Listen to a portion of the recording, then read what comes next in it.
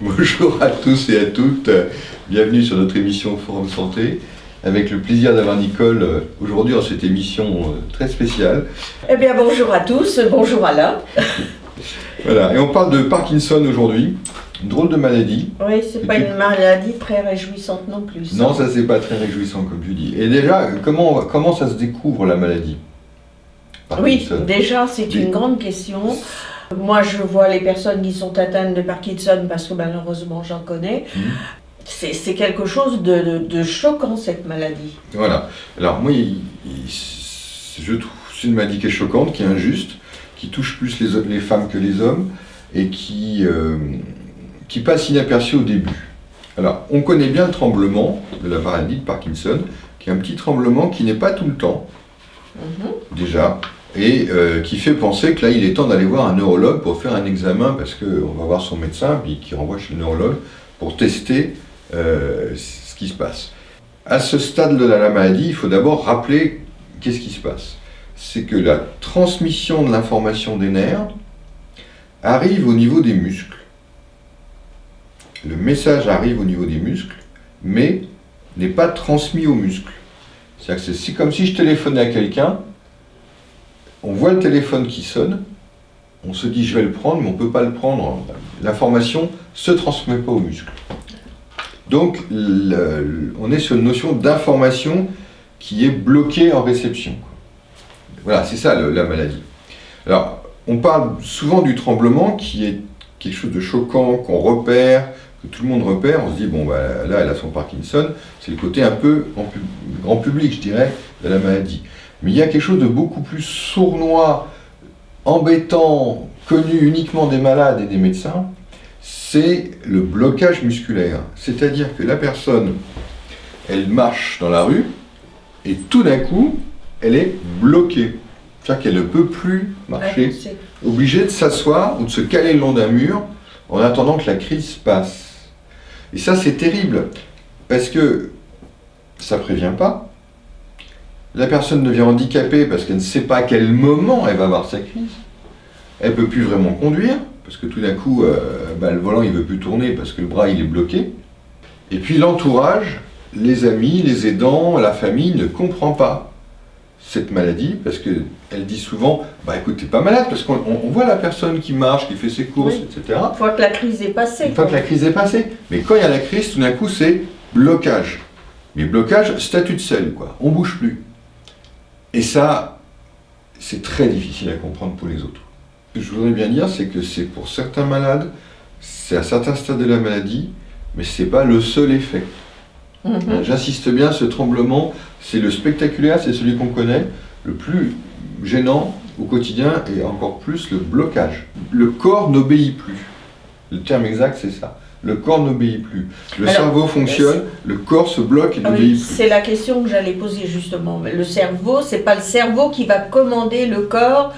De le bloquer. Le cerveau, par exemple, dit au bras, bouge le bras et fait une pince. Mais l'information qui arrive au nerf, elle n'est pas reçue par le groupe musculaire. Et là, c'est bloqué la transmission. D'accord. Ce qui fait que la main ne bouge pas. Donc on a un blocage de la transmission. Alors ça se fait parce qu'au niveau de l'endroit qui commande, ce qu'on appelle la plaque motrice qui commande les muscles, le signal qui vient des nerfs moteurs n'est pas transmis au niveau de la plaque motrice parce qu'il nous manque de l'évodopa, donc le système qui permet de transmettre l'information, qui n'est pas en fait reçu au niveau des récepteurs. Donc le traitement aujourd'hui consiste à augmenter dans le corps ce neurotransmetteur pour que ça fonctionne mieux quand il y a même un peu de réception, mais pas tout à fait bonne. Ce transmetteur permet quand même, comme on augmente le niveau dans le sens circulant, ça fonctionne quand même un peu. Voilà, alors, ça c'est le traitement. Il y a beaucoup de traitements, il y a 3 ou 4 principaux. La dopamine, c'est le neuromédiateur principal. mais il y a eu beaucoup de copies de ce médiateur qui essaient d'agir plus lentement, plus efficacement, plus spécifiquement, qui sont sur le marché. Ce qui est vrai, c'est que les médicaments, et c'est frustrant, on commence par une dose, on se dit « Ah bah ça y est, ça va mieux avec une dose », et au fur et à mesure du temps, on doit augmenter les doses, on doit augmenter les médicaments, on doit, comment dirais-je, associer plusieurs médicaments pour économiser en fait cette forme d'habitude que prend le corps, d'accoutumance que prend le corps à ces produits, qui en fait en a besoin de doses de plus en plus élevées, parce que même avec une bonne dose de dopamine dans le corps, ben, les muscles deviennent de moins en moins sensibles, et cette information est de plus en plus difficile à transmettre. Et si on change le médicament, par exemple? C'est ce qui se fait souvent, on change pour essayer d'améliorer, mais je voudrais préciser que ce n'est pas une accoutumance au médicament en tant que tel, c'est la maladie qui augmente et qui fait que le médicament n'est plus suffisant.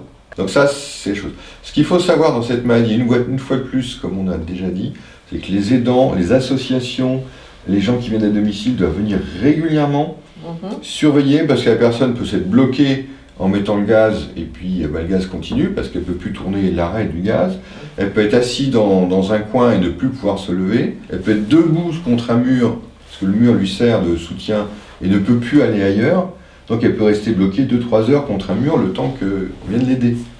D'où l'importance d'une surveillance familiale, d'une surveillance des aidants, d'une surveillance des intervenants extérieurs qui viennent donner à manger. Parce que là encore, cette personne, il faut bien savoir qu'il y a une autre terrible effet secondaire de la maladie, c'est comme on est tout le temps en train de bouger, on fait du mouvement musculaire, donc on consomme de l'énergie, donc on maigrit. Oui. Donc on a des gens qui tout d'un coup se mettent à maigrir, mais c'est des 10-15 kilos. C'est énorme. Et ils ont beau essayer de manger, ils n'arrivent pas à compenser. Donc il faut les faire absolument bien manger, ces gens-là, sinon ils vont disparaître parce qu'ils utilisent énormément d'énergie.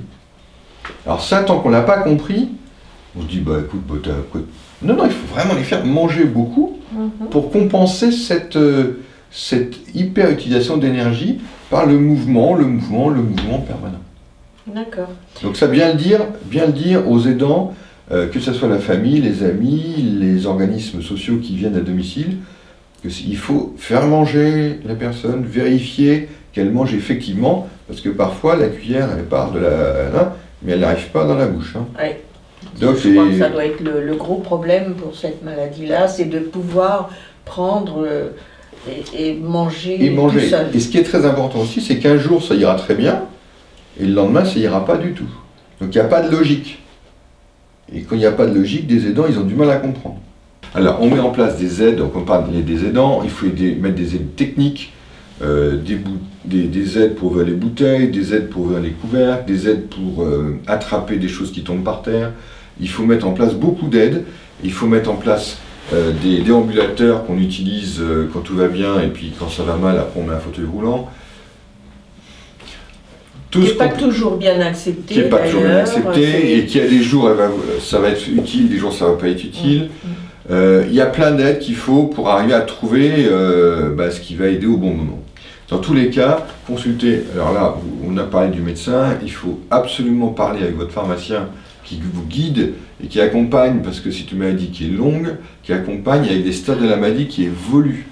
Et bien, je vous remercie. Vous pouvez revoir cette émission et voir les articles sur le magazine Forum Santé, disponible chez votre pharmacien, et aussi téléchargeable sur le site forumsanté.com.